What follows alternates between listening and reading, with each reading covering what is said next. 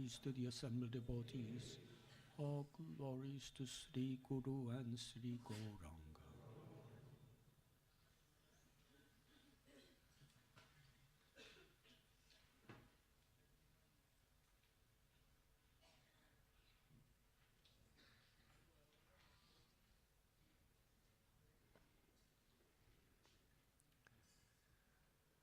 Om Namo Bhagavate Vasudevaya.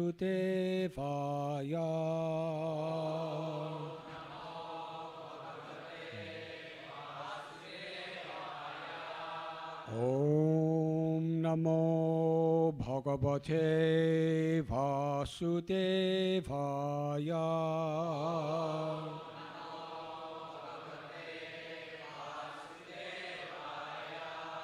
Om Namo Bhagavate Vasudevaya.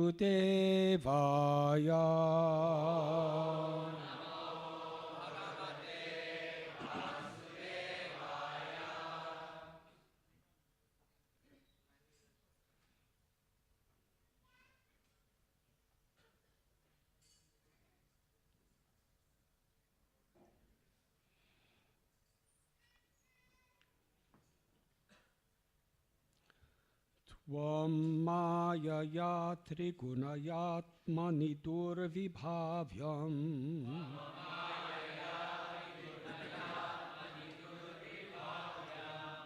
vyaktam srijasva vasidnum pasitad gunasta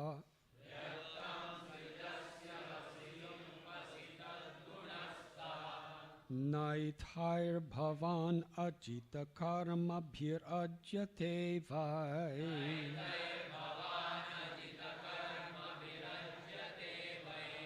Yatsve sukhe vyavahite bhirato navadya.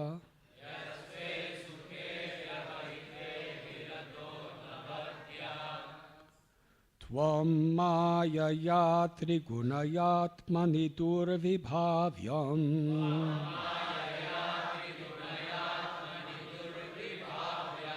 vyaktam srijasya vasilum pasitad gunasta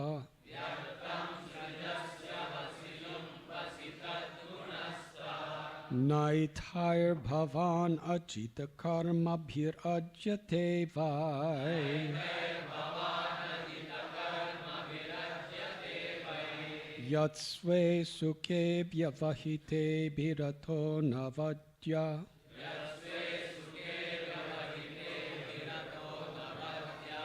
Tvam mayaya trigunayatmani durvibhavyam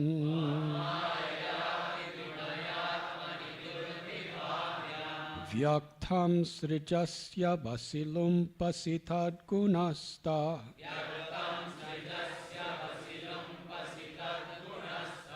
Naithair bhavan ajita karma bhir ajyate vai. Yatsve sukhe vyavahite bhirato navadya.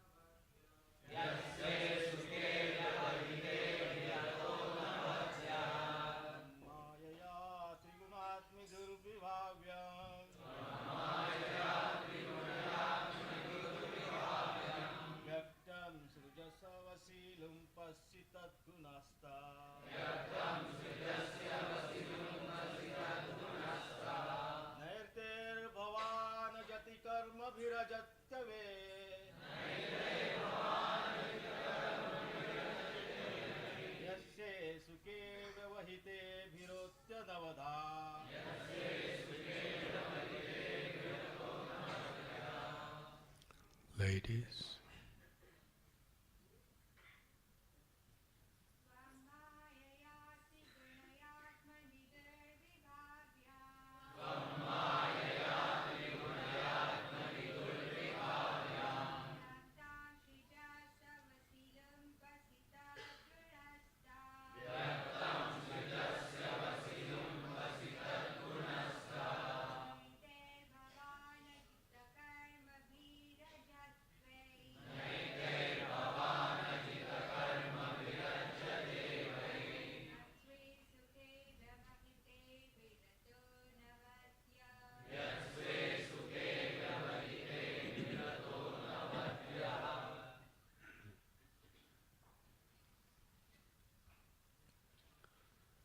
Tvam, you, Mayaya,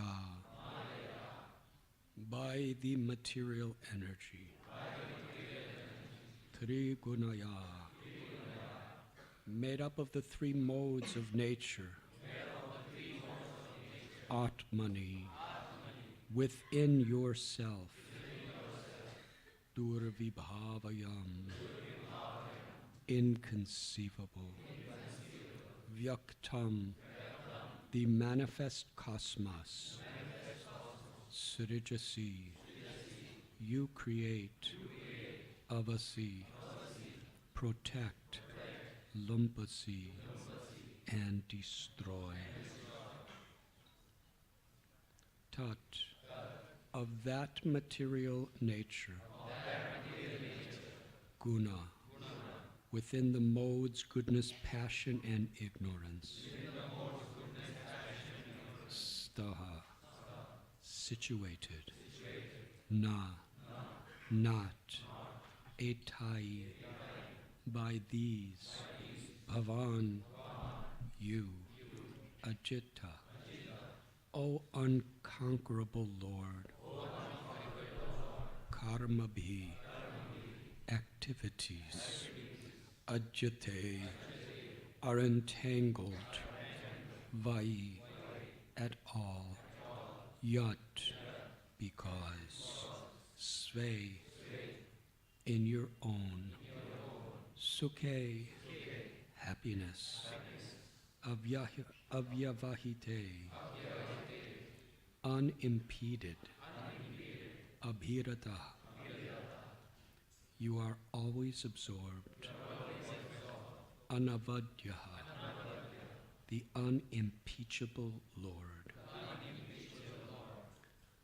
O unconquerable Lord, you engage your illusory energy composed of three modes to unleash, maintain, and devastate the inconceivable manifest cosmos, all within your own self. As the supreme superintendent of Maya, you appear to be situated in the interaction of the modes of nature. However, you are never affected by material activities. In fact, you are directly engaged in your own eternal spiritual bliss, and thus you cannot be accused of any material infection. Purport. The word Durvibhavyam is significant here. The ultimate cause of the creation, maintenance, and annihilation of the material world is certainly inconceivable, even for the greatest mundane scientist, who waste their lives in useless and fruitless speculation. Yet Mahavishnu, who is the secondary expansion of the Supreme Lord Krishna, sees the entire cosmos to be like an insignificant atom. So what hope is there for foolish so-called scientists who try to understand Krishna by their ridiculous experimental power? Thus the word anavadya is used. No one can find fault or discrepancy in the body, character, activities, or instructions of the Supreme Personality of Godhead. The Lord is never materially ignorant. Therefore, he never exhibits cruelty, laziness, foolishness, blindness, or material intoxication. Similarly, because the Lord is never polluted by material passion, he never exhibits material pride, lamentation, yearning, or violence. And since the Lord is free from material goodness, he never attempts to peacefully enjoy the material world with a sublime materialistic mentality. Lord Krishna, as stated here, Sve Sukhe Vyavahite Bhirataha, is eternally busy day and night in his transcendental abode, relishing the inconceivable loving devotion of his innumerable associates. The Lord is being embraced and is embracing. He is joking and is hearing the joking of his loved ones. The Lord is walking through forests full of fruits and flowers, playing in the nectarine river Yamuna, and taking part in his most confidential, transcendental, loving affairs with the cowherd girls of Vrindavan. These pastimes in Krishna Loka and on other Vaikuntha planets are eternal, faultless, and an ocean of spiritual happiness. The Lord never descends to the dry platform of relative material happiness. The infinite personality of Godhead has nothing to gain from anyone. Thus, fruitive activity cannot possibly exist within the Lord.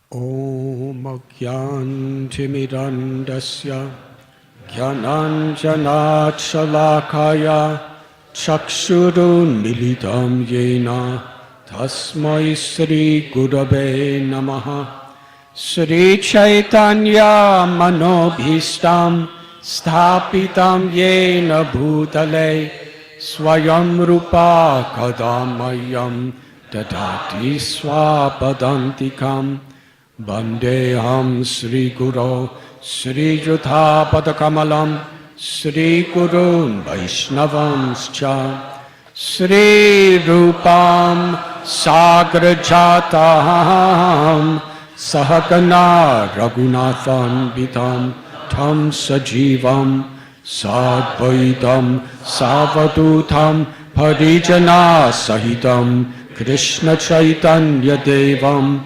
Sri Radha Krishna Padam Sahagana Lalita Sri Vishakan Vitamscha He Krishna Karuna Sindhu Dina Bandhu Jagatpate Gopesha Gopika Kanta Radha Kanta Namostate Tapta Kanchana Gaurangi Radhe Vrindavaneshwari Vrishabhanu Sute Devi Pranamami Hari Priye Vansha Kalpatarubhyascha Kripa Sindhubhya Evacha Patithanam Pavanibhyo Vaishnavebhyo Namo Namaha Sri Krishna Chaitanya Prabhu Nityananda Sri Advaita Gadadhar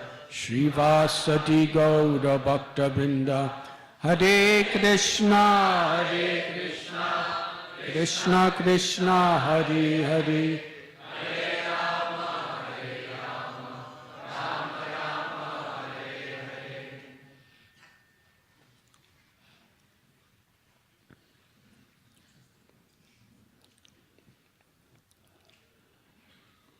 We are reading this morning from Srimad Bhagavatam, Canto 11, Chapter 6, entitled, The Yadu Dynasty Retires to Prabhas.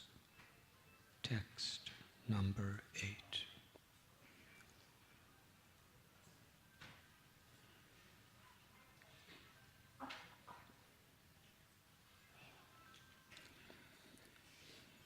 In Bhagavad Gita, Krishna tells, Janma karma chame divyam evam yo veti tattvata tyaktva deham punara janma naiti mameti sorajana.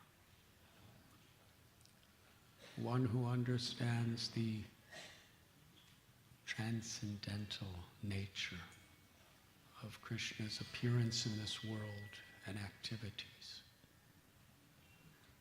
never takes birth again in this world, but attains to Krishna's abode.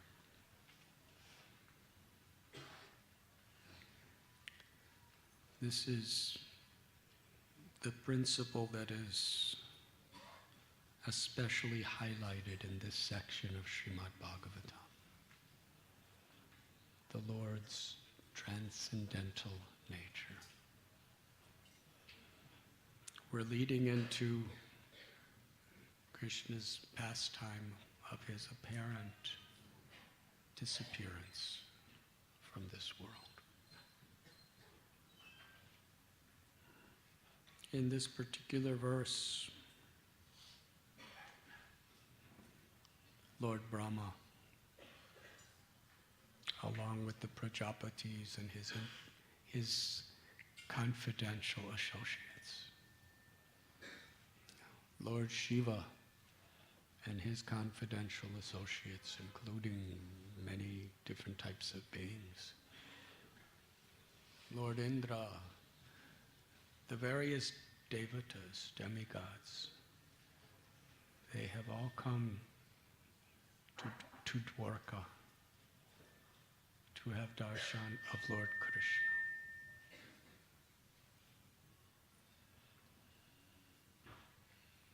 We read in the Vedic literatures the grandeur of the abode of Indra. And far beyond that is the abode of Brahma. Comparative, whatever apparent wealth and material opulences may be on this little earth planet are utterly insignificant. Really, even the most expensive homes in this little planet of Earth, compared to Indraloka, are like ghettos. They're uninhabitable.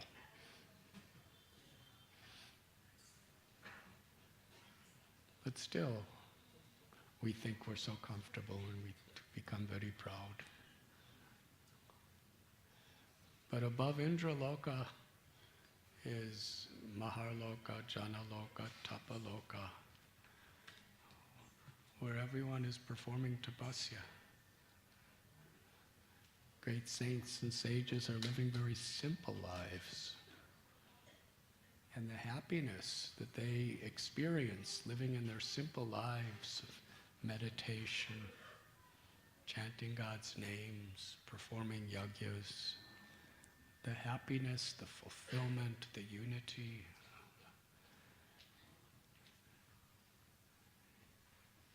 makes the happiness of Indraloka utterly insignificant, like a prison house. And above that is Brahmaloka, where everything is there. The meditation, the self-realization, plus the grandeur of Brahma. Abrahma bhuvanaloka punaravartunorjana mamupetitu konteya punarjanmana vidyate. Krishna tells us in Bhagavad Gita, from the highest planet in this material world, Brahmaloka, down to the lowest, Patala Loka, and everything in between, they are all essentially places of misery. Because dukkhalayam ashashvatam, everything is temporary. Our bodies are temporary, our family members are temporary, all of our wealth is temporary. For that matter, the sun, the moon, the oceans, all planets are temporary. And everything on the physical level must die. And on the emotional level, when we're attached to these physical things, we have to suffer. So no one can escape suffering of this world. No matter what we do, no matter what we have, no matter what we know. But daivi heshu gunamayi mama maya duratya mame vange papajante mayam etatarantite. This Maya Shakti, which Krishna calls in this particular verse from Srimad Bhagavatam, my divine energy, consisting of the three modes of nature. It's very difficult to overcome. The little jivatma in the conditioned state, it is like that little ocean like that little sparrow trying to dry up the ocean with its tiny little mouth and beak. How can we possibly cross over this ocean? How could we possibly dry up all the potential miseries, birth after birth after birth? The one who takes shelter of me, Krishna says, can easily cross beyond it. What does it mean by easily cross beyond it? Because it seems not so easy. The process of learning how to take shelter is not so easy because we've been habituated.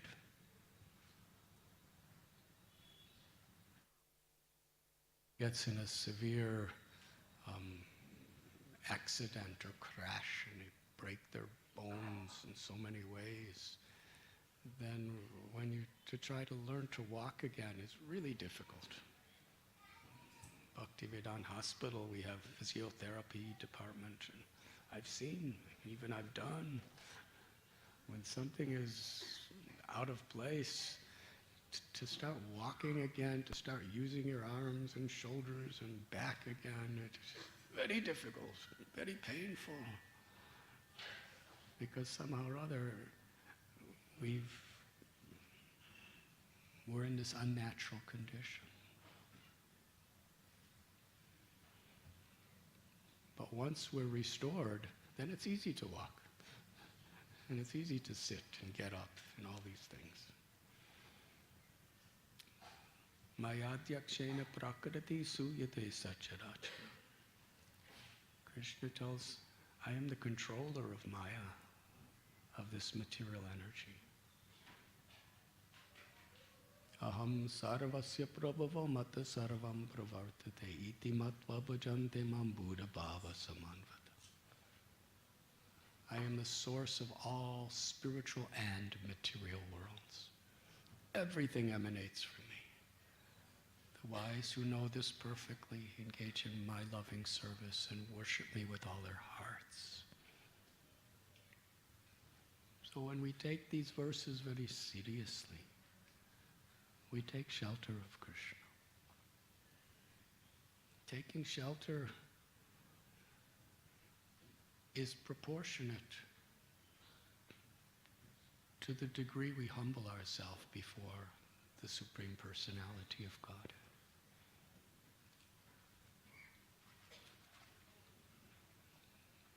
When we understand with conviction and we apply to our life with that conviction that I'm helpless without Krishna's mercy. Time is taking everything away from me. Krishna says, time I am, destroying everything and everyone in this material platform.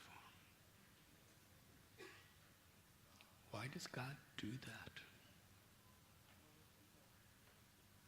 When we understand the dimension that the soul, the true self of every living being, is such ananda, eternal, full of knowledge, full of bliss.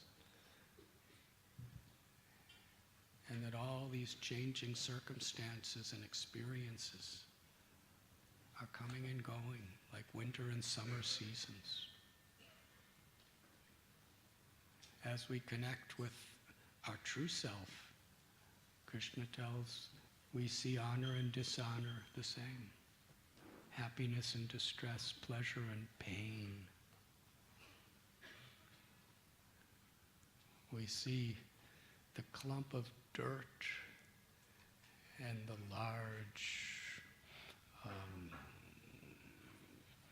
clump of pure gold. We see it the same. They're both coming and going. They're just different combinations of the same material ingredients. And we give certain values to it according to our particular state of consciousness. But yogis who are living in caves, great devotees who are living on the bank of the Yamuna in Vrindavan, or great devotees who are preaching the glories of the Lord all over the world, such people, they see everything very differently.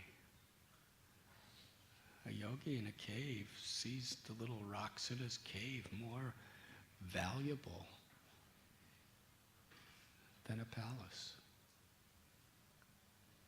A devotee sees a tulsi bead, a little wooden tulsi bead is more precious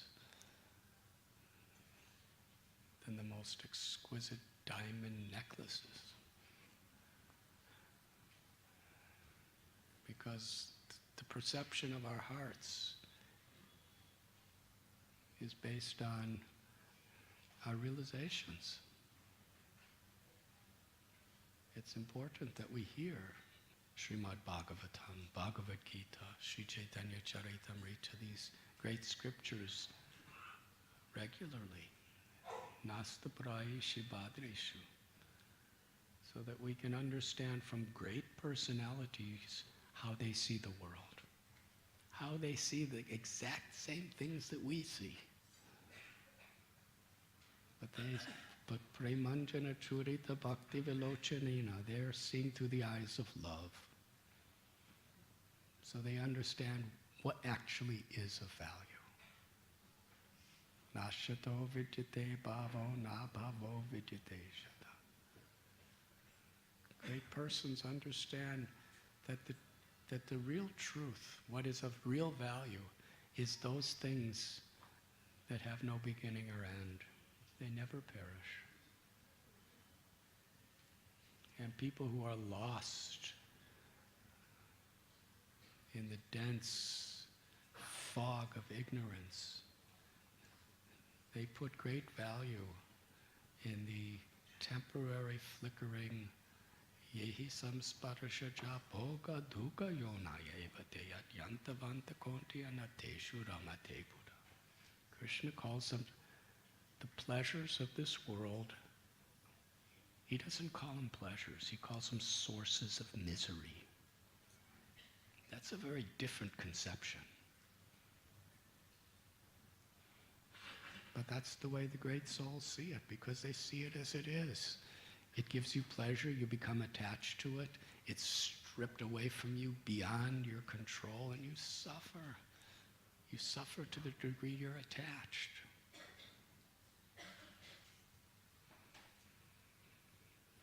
But Anandamayo as part of Krishna, we're looking for pleasure, so how can we be detached from pleasure? Krishna tells in Gita, by attaching ourselves, param dristva nivartate, to a higher pleasure. Truth. What gives pleasure to the eternal self is Krishna. Forever. We chant every day, Ram, Hari Rama. Krishna is the reservoir of all pleasure. Not just the reservoir of some pleasure. In this material world, the greatest things that we sacrifice our lives for are just insignificant, muddy puddles of apparent pleasure. But Krishna is the pure, limitless reservoir of all pleasure. Forever. When we seek Krishna, we can find that highest pleasure. Krishna's beauty is the source of all beauty. Not only the source of all beauty, the infinite, never-ending darshan of beauty. Rupa Goswami gives that beautiful verse. If you are attached,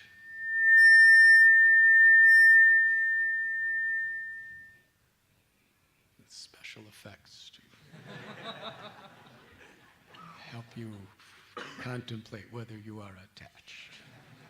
If you are attached to the beauty of the people around you, to your wealth, to your family, to your prestige, to your youth, if you're attached to all of these things, or any of these things, Rupa Goswami says, do not go to Keshigat.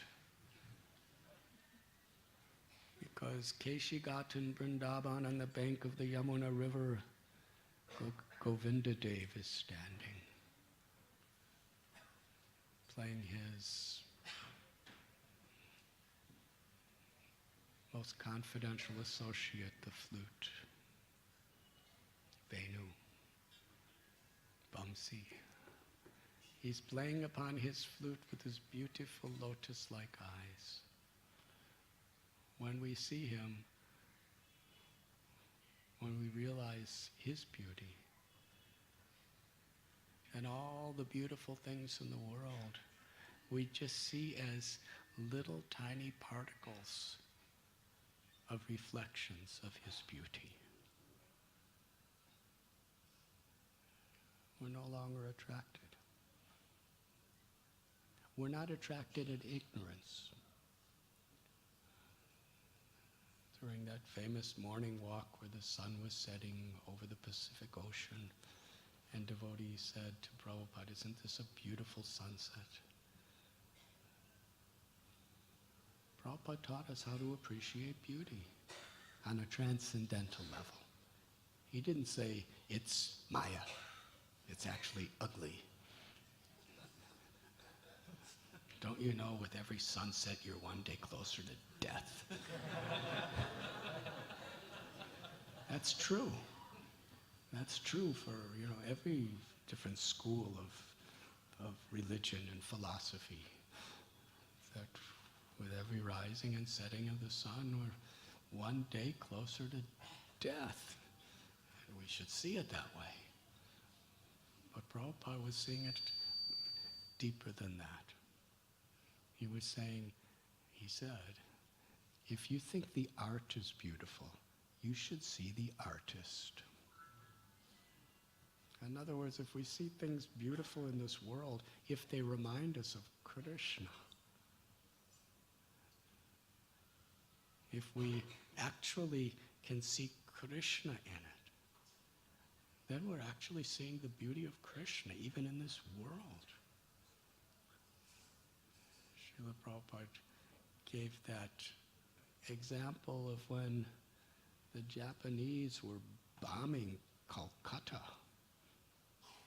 And everything, there was these bomb warnings, sirens going off, and people were running to underground places.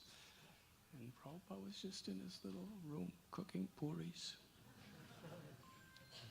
Everyone was saying, Abai, Abai, the bombs are coming.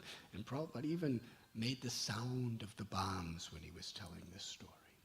I can't do it like Srila Prabhupada. But because he was there.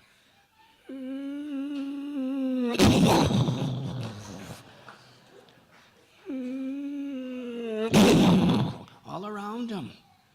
The buildings around were being destroyed, the bombs were dropping, people were screaming, sirens were blaring, people are running, scared, confusion all directions. Srila Prabhupada's making puris. They said, Abai, come, the bombs are dropping. Prabhupada knew the bombs were dropping. He said, I saw that Krishna has appeared in these bombs. So he was making puris for Krishna. For one who sees me everywhere and everything in me, for that person I'm never lost, nor are they ever lost to me. This is Bhagavad Gita. To see that Krishna's beauty is behind everything. Krishna's mercy, his love, is inherent in every particle of existence. And our suffering is when we're disconnected from that awareness. We're disconnected from awareness that we are eternal souls. We're part and parcel of Krishna. Mamaivam so jiva bhuta sanat. Rasoham apsukonteya prabhashmi shashisho yago pranava sarva vedishu shabdake purushamdrashu. Krishna teaches us in Gita how to see him. I'm the taste of water.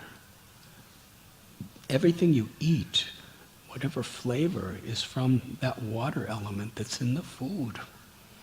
Everything you drink, that water, that pure element of water, Krishna says, I am the taste of water. I'm the light of the sun and the moon. I'm the sacred syllable Om in the Vedic mantras, and I'm the ability of all people. When somebody does something better than us, our tendency is we become envious or we become depressed. Why can't I do that? Or if somebody does something not as good as us, we can become very arrogant. Just see what I can do. And we want to show how we can do it even better. But Krishna, if we understand things in truth, Krishna's the ability in everyone. Whether I do it or somebody else does it, we're really happy to see that Krishna's doing it. And how we love Krishna is the greatness of our life, not what we accomplish physically. Bhagavad Gita teaches us we have to really try our very best to do in harmony with Krishna's will.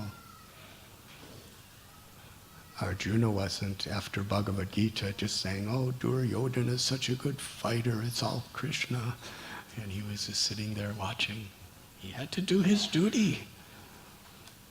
But yet he was saying, the ability is Krishna. Duryodhana, he misused that ability. He was taking Krishna's property and Krishna's Shakti in the form of what he knows and what he can do for his own envious, greedy, selfish purposes.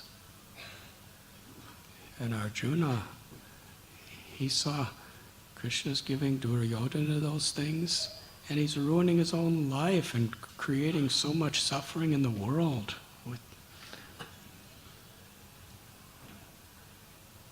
And he used his abilities in Krishna's service. Samsiddhir Haritoshanam. Our success is how Krishna's pleased, that's all. The influence of material conditions in this world is we become so caught up and distracted by the way materialistic people think. But when we Nasta praesha padreshu nityam bhagavati sevaya. When we associate with people Bhagavats, we see the way they live, we hear their words, and we read the Srimad Bhagavatam according to their realizations. We have another perspective. We actually see every situation as an opportunity to celebrate Krishna's beauty and Krishna's love. So here are the demigods, like Lord Brahma and Indra and Vayu and Varuna and Lord Shiva. They're all coming to Dwarka together because they want to see the infinite beauty of Krishna. And here in this particular chapters of Srimad Bhagavatam, it tells when all these great demigods were standing before Krishna, seeing his beauty, seeing his glory. They were gazing upon him. They couldn't even blink their eyes. The gopis, they were limitlessly greater than the demigods because of their love. Although they were simple cowherd girls, churning butter, putting cow dung on their floors, doing simple chores, making flower garlands like ladies are doing in the back.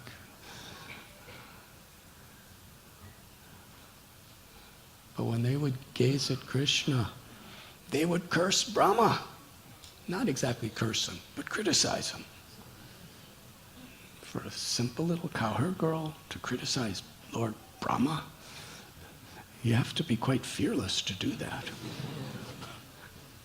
Because when the gopis do something, Brahma's watching, he's listening. Brahma is not a good creator because he put these eyelids on our eyes.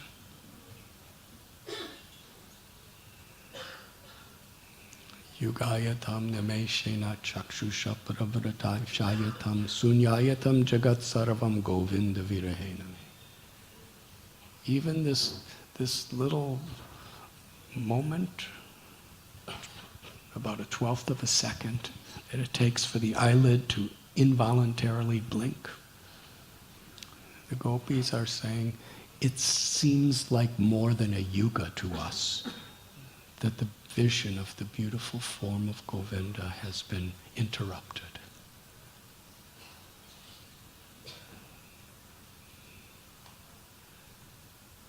So the devatas, they have mystic powers. They don't have to blink. They were unblinking, gazing upon Lord Krishna. And the Srimad Bhagavatam, Sukadeva Goswami tells that their vision of Krishna, they were insatiable joy they were receiving just in seeing Krishna. Their eyes were insatiably gazing at Krishna.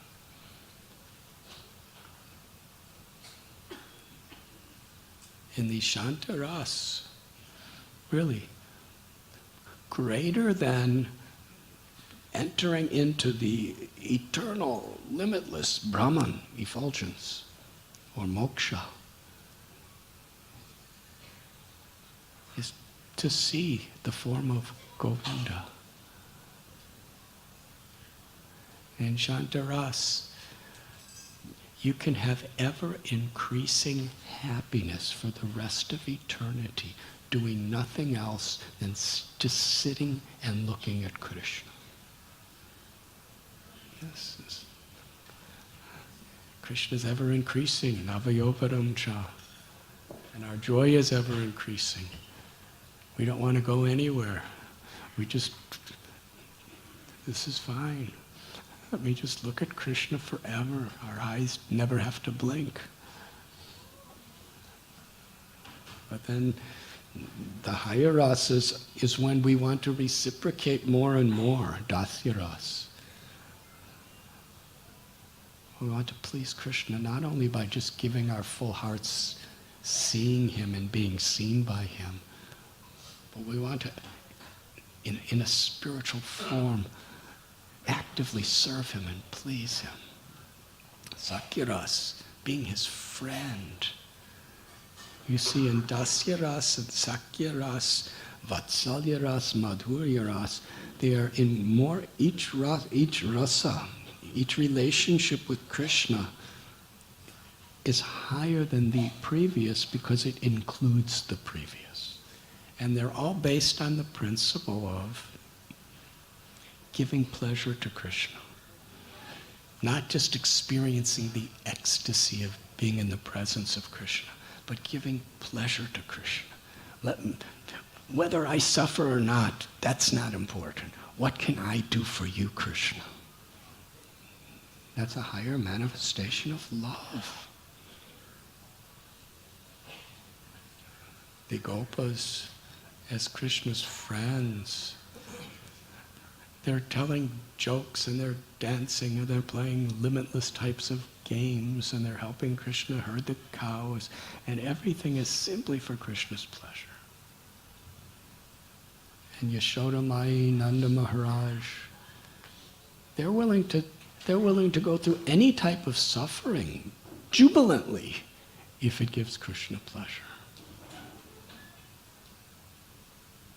And the gopis, in that well-known story, they were willing to go to hell for the rest of eternity if it gives Krishna 1 second of pleasure, giving the dust of their feet to put on his head. Without reservation, without second thought. Yes, we're happy to go to hell, but Krishna has a headache. Please bring our foot dust to relieve that headache. They're so intoxicated with an ecstatic love to make Krishna happy. Ashlasya va padaratam panashtu mama darshanam maramahatam karotu va yadadita davidatu lampato matparananatastu se eva napara. This is prayer of gopis. This is their love. Not Krishna, I'm just so happy to see you. Not Krishna, I'm just so happy to exist in the eternal nature of Brahman. Infinitely higher, deeper. It's interesting how bhakti is described. It's the highest and it's the deepest. Deepest usually means down, and highest usually means up. So any way you go, it's the best. Because it's complete, it's full. It's the highest and the deepest.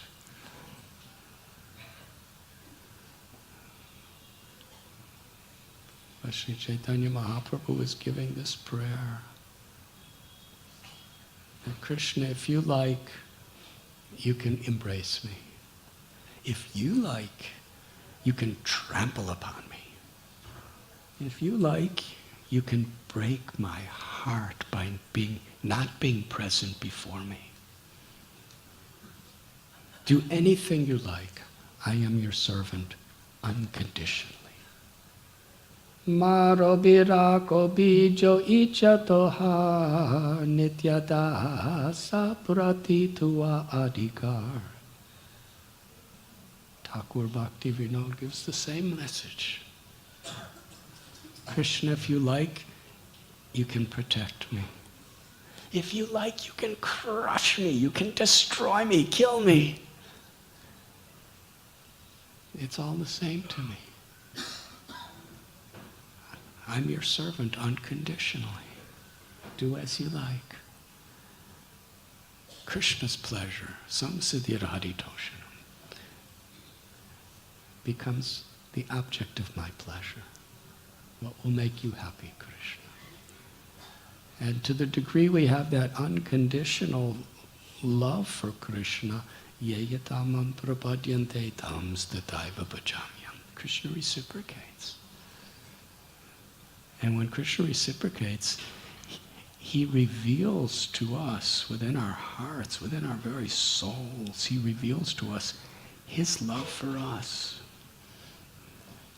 And then we feel so insignificant. Our love grows for Krishna, and then Krishna reveals more love for us, and this goes on forever in the spiritual world through the active, dynamic environment of lila, or transcendental pastimes.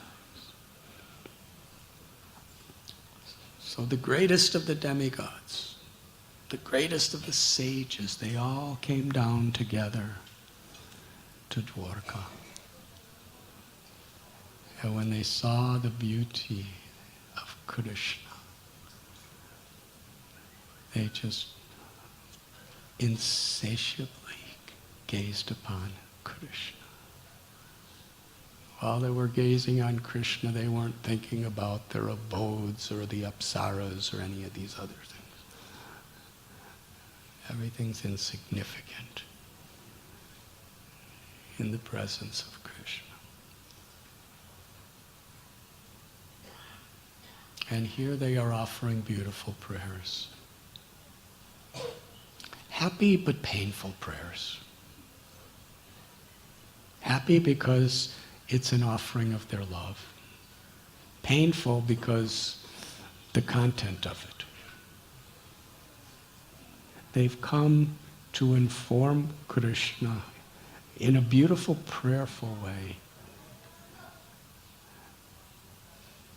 After glorifying him, they're giving him the message, especially Lord Brahma on behalf of all the devatas. After they all offer prayers, we're reading those prayers today. Brahma says, we invited you to come into this material world to protect Bhumi Devi, Mother Earth, from all the unwanted demoniac persons who are traversing her and exploiting her and exploiting her children.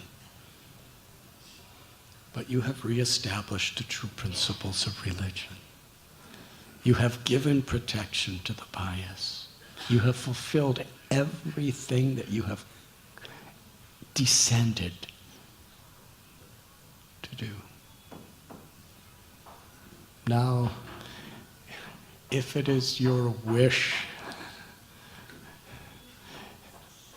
you may please go back to your eternal abode and wind up your earthly pastimes.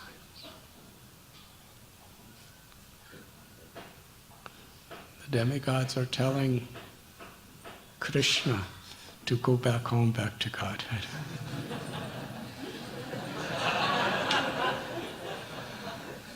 That you have done everything we asked you to do. There's no need for you to be at this time, they say. At this time, there's no need for you to remain here in this material existence. And Krishna responds by telling, yes, I've come here to do whatever you wanted me to do, whatever you asked, and I've completed all of that, so now I will go. Krishna presents it that I've come as your servant, and I've served you, and now that you are telling, you asked me to come, I came, you're telling me to go, I go. Tumi sarveshwareshvara prajendra kumara. Krishna's the controller of all controllers. Ishvara Parama Krishna, he's the supreme controller. Yet, he's the servant of the demigods.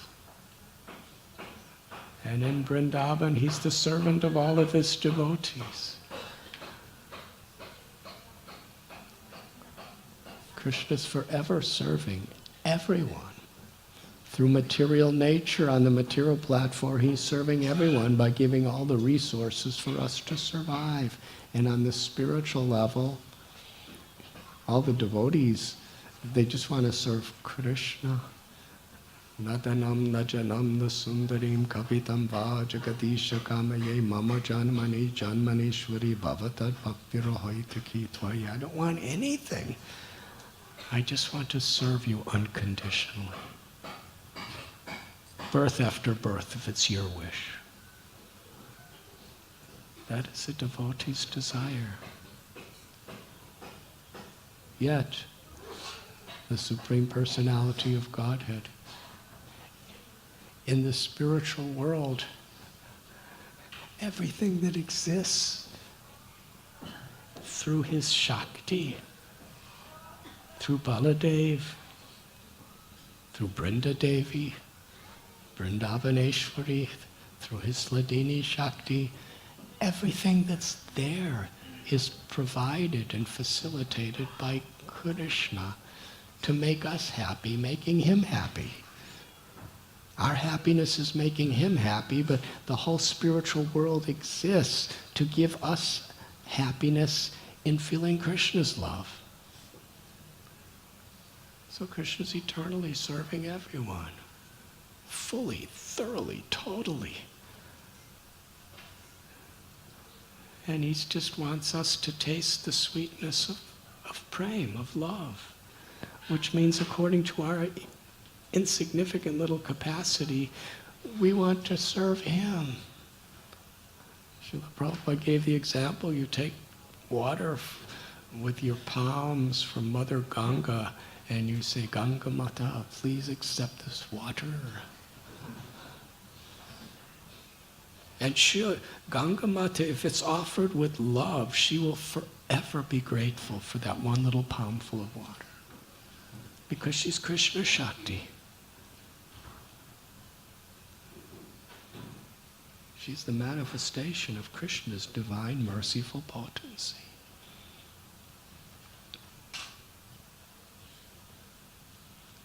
So here we have in Dwarka the demigods.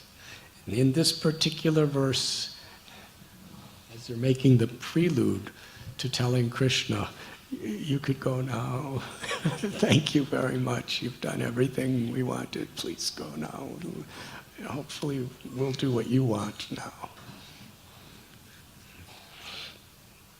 But the demigods are very authoritative because they're controllers of how things work in this material world. They're explaining that my dear Lord, you are unconquerable.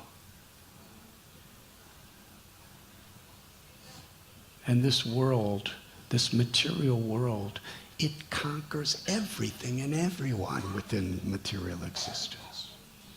Who is not conquered by time?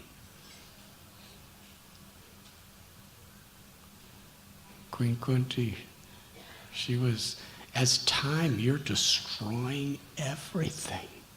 Even fear personified is afraid of you. Arjuna was such a great warrior. When he saw Virat Rup, the universal form, he was trembling. He offered some prayers, and then, Krishna, please become Krishna again, my friend. I can't look at you anymore like this. The form of devastation, imminent.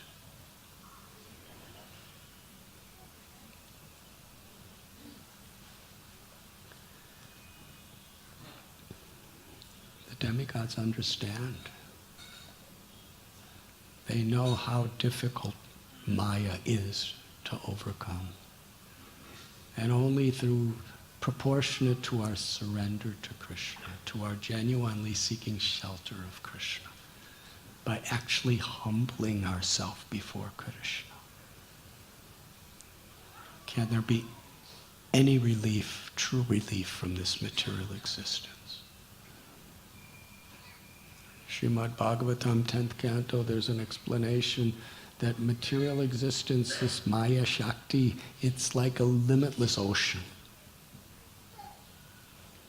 And trying to cross over it with our knowledge, with our wealth, with our influence, with our abilities, or even with everybody else in the world who has these things.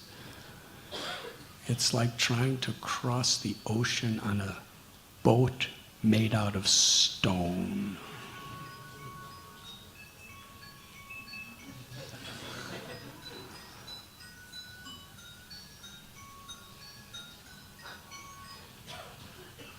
That's what happens when you go on a boat made out of stone. You go.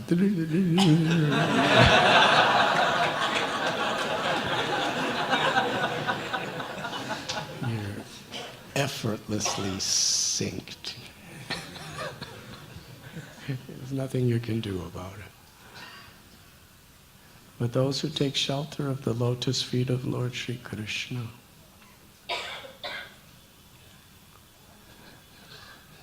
the ocean reduces to the amount of water contained in a hoofprint of a calf. And he says, when we take shelter of Krishna and we take shelter of the lotus feet of those who have taken shelter of Krishna, Gopi Bhartura, Kamalayor Das Das Anudas, then when you go on that boat of the lotus feet of the Lord and his devotees, then we just walk across the boat and you're on the other side of the spiritual world. Because the content of the quantity of the water reduces. So the demigods, they're telling how a proper understanding we need of Krishna's pastimes. He's never under the influence of material nature. He's the source of material nature. Tribhir Gunamaya. He's three modes of material nature can never touch him.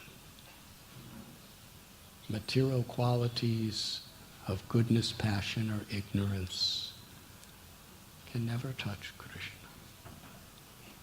His body, his form, his name, his pastimes, everything about Krishna is transcendental.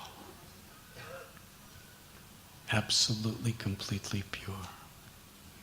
So anything Krishna does in his Leela has to be understood in this content. Otherwise, people, avajananti mamudha. We think Krishna is just a regular type of person, or maybe a great person in this world. It's foolish. Naham prakasha saravasya. To understand that Krishna is Satchit Ananda. Whatever he does, his pastimes with the gopis, his being chastised and punished by Yashoda Mai. He's apparently telling lies to Yashoda Mai. Even the great wars he fights in Mathura and Dwarka against so many asuras, they're all completely transcendental because he's only doing it for everyone's well-being. There's never selfishness in Krishna's heart. He comes to this beautiful purport, which is taken from the commentaries of great acharyas like Srila Vishwanath Chakravarti Thakur. In Krishna's abode, the demigods know that transcendental abode. Krishna is simply sharing the highest ecstasies of divine love with all living beings.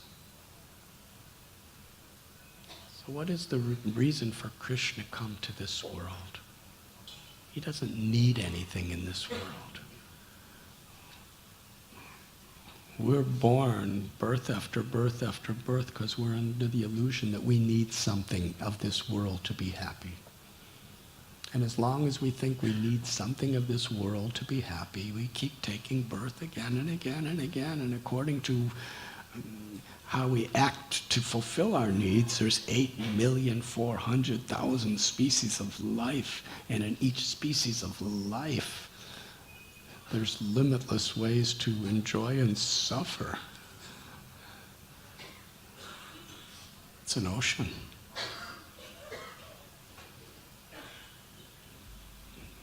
But when we understand understand I don't need anything of this world to be happy. I just need to make Krishna happy. And then we go back home, back to Godhead. Because in the spiritual world, that's what everybody is thinking, feeling, and willing. That let us make Krishna happy. And Krishna's forever thinking, let me make my devotees happy.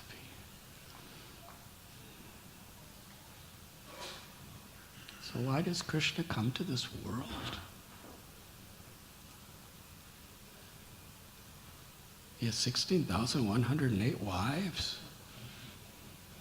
Usually you get married because you want to be happy. Why does he have so many wives? It's just his mercy on one level.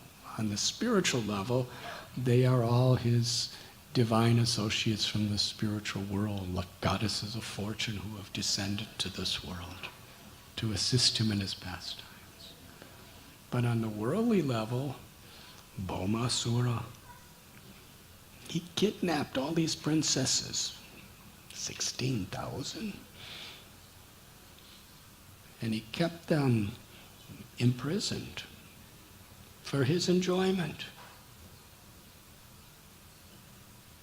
And Krishna, just to save them from their condition, he descended and he delivered Bhaumasura. And it's interesting because Bhaumasura is his son, Narakasura. When Varahadev descended into this world, he lifted up the ocean, he lifted up Bhumi Devi, Mother Earth, from the ocean. And when he did that, he impregnated Mother Earth with his own child. His name was Bhoma, son of Bhumi. And he was a really nice personality, son of Krishna, with so many lessons to be learned. How important association is. And even though he's a son of Krishna, he's a son of Bhumi Devi, who's an expansion of the goddess of fortune, Lakshmi, due to association with Banasura. He got influenced and he became demoniac. He was so powerful. He was conquering everybody and exploiting so many. And he had all these princesses, 16,000 more and more that he was exploiting.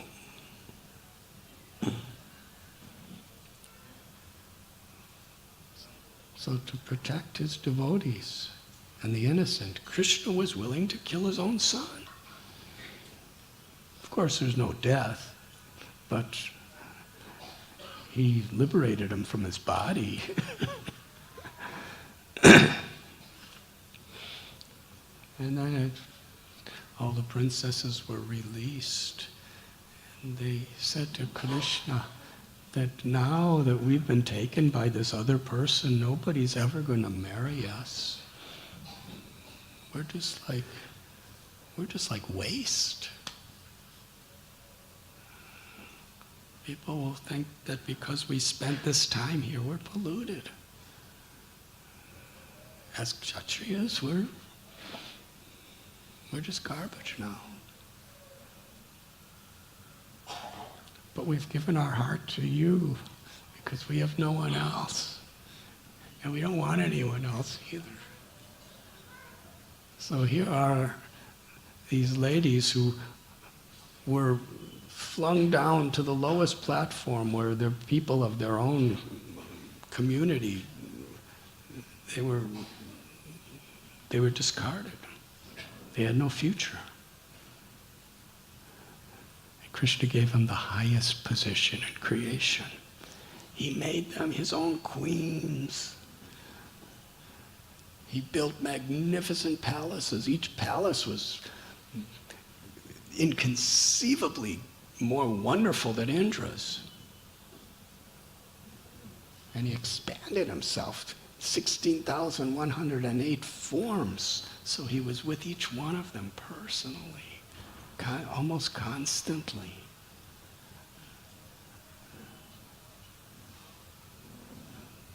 So whatever our situation in this material world, we should remember we're all actually eternal servants of Krishna. Krishna's Dina Bandhu, Dina Dayal. He's merciful. He's the best friend, even of the most fallen. It's not that these princesses were fallen, but they were in a fallen condition. And Krishna brought them up to be his own queens. The highest position of his Leela in Dwarka. And similarly, the Bhaumasura of the false ego has captured us. But if we just take shelter, if we just give our hearts to Krishna, he can lift us up to the highest position. That is Krishna's power. So Krishna in his original form of Govinda, he simply has pleasurable pastimes in this spiritual world. He has no connection to the material world. He expands himself so many times. He expands himself as Baladev in the spiritual world. He expands himself a little in the spiritual sky as Shankarshan, Pradyumna, Aniruddha, Vasudeva. He expands himself as Narayan in Vaikuntha planets, and then he expands again as this quadruple form. And then from Shankarshan, of the secondary quadruple form, he expands as Mahavishnu. Then he creates the whole cosmic manifestation and activates it, impregnates it with all living beings by his glance. Then he expands as Garbhodakshai Vishnu. Mahavishnu is the super soul of the entire cosmic manifestation. Garbhodakshai Vishnu is the super soul of each particular universe. Then he expands as Kshirodakshai Vishnu to be the super soul in the heart of every living being.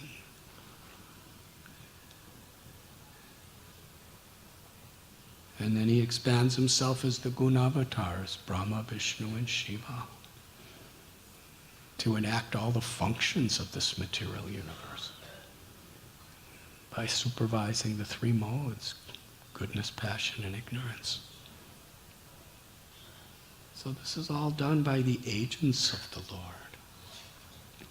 But Krishna himself, as Gopinath, he remains in the spiritual world playing. He is Kshirodakshai Vishnu and all other expansions. But that's Krishna's inconceivable potency. So the demigods here are appreciating this in their worship of Lord Krishna. That you are eternally having the most sweet, loving leelas in the transcendental spiritual world. But yet you expand yourself to facilitate out of your mercy this entire creation. And then you personally incarnate to reestablish the truth. And especially the demigods say, you perform the most wonderful pastimes when you descend into this world, that anyone for the rest of eternity that hears these pastimes and glorifies these pastimes will become purified and go back home, back to Godhead. Just by hearing and chanting the glories that you establish when you descend into this world with a sincere heart. Our original love, prem, is awakened. And this is Sri Chaitanya Mahaprabhu's message. Nitya Siddha Krishna Prema Sajja Kabo Noy Saravanadi Sudhi Jeti Kodi Ayodhoi.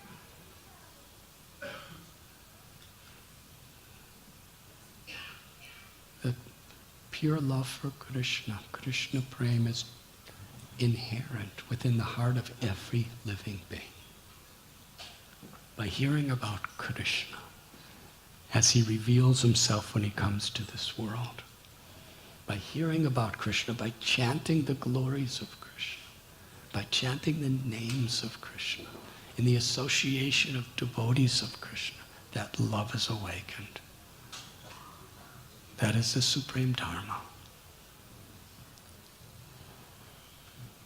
Hare Krishna, Krishna Krishna, Hare Hare, Hare Ram, Ram Ram, Hare Hare.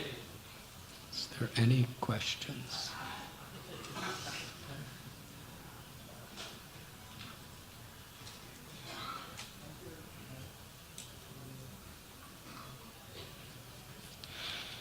I called on him because he's sitting where you usually sit. You're in a different place today. So. Maharaj, thank you very much for your wonderful wisdom, where you are mentioning that how by Shravanam the perceptions are, right perceptions are developed as we hear how the great souls are seeing this world and how I am seeing this world, so that all the complications reduce, and experience of suffering is because of the wrong awareness of this world. So I just wanted to clarify for myself is that as we progress in bhakti, we also start doing some kind of kirtan in terms of in our whatever our services are. So about hearing Srimad Bhagavatam class, I wanted to ask that there is a tendency in us which comes that now I have some kind of right perceptions. So now it is not so okay because I am speaking also. So my question is, Maharaj, and there are some very genuine reasons that I have something else to do during Bhagavatam class also, which is my responsibility. So how much we should, as a brahmachari I am asking, doing service from last 6-7 years, whatever, how much we should give importance for hearing Srimad Bhagavatam class, keeping in mind that we are doing kirtan also, and keeping in mind we have responsibilities which are also very important and should be taken care, so that we can follow Maharaj.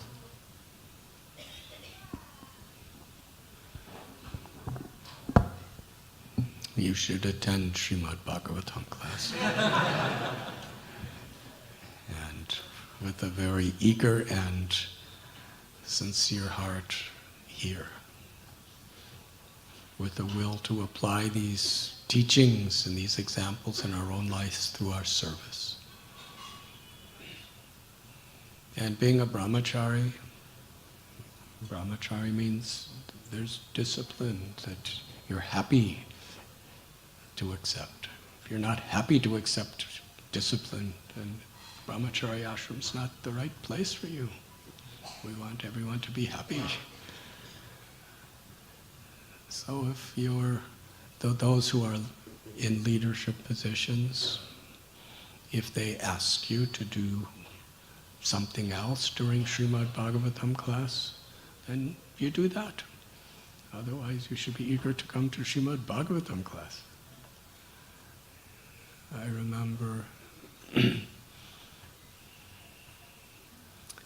was in 1972,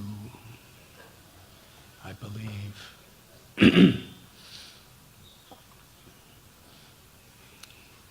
One of my godbrothers, he wrote a letter to Srila Prabhupada because he was at New Vrindavan and he was in charge of plowing the fields to grow crops. And he was utilizing horses and oxen.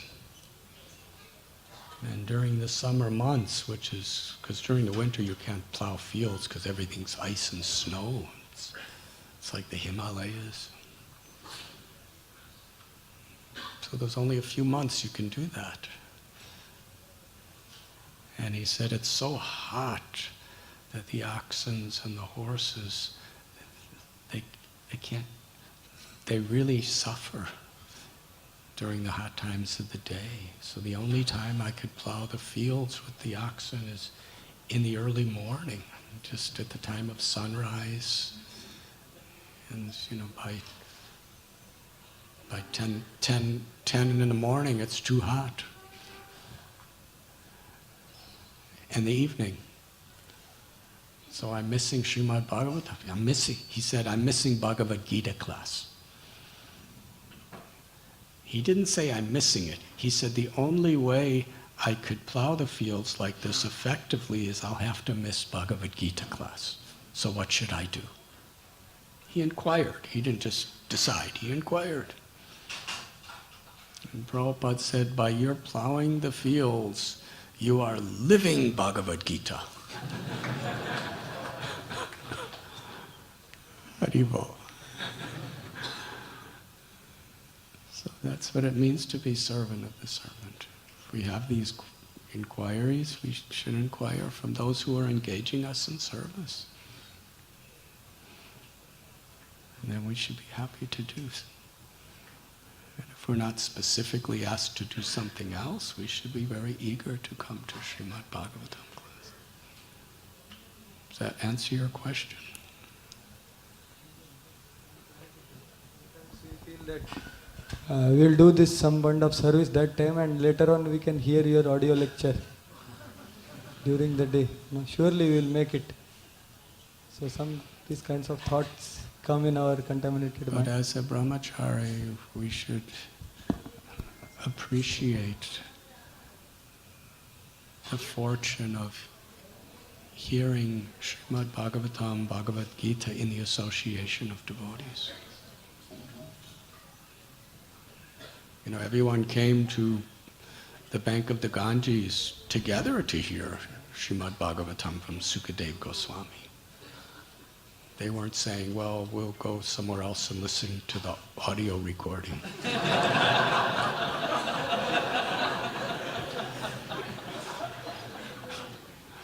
Because there's a certain potency and certain charm of being together hearing. That's our tradition. So if there's a necessity to do something else, then yes, we listen to the recording and we'll get the same benefit because there was a necessity. But if the opportunity is there to be in the association of other devotees to equally hear, we should understand that's our process, and it's a great blessing.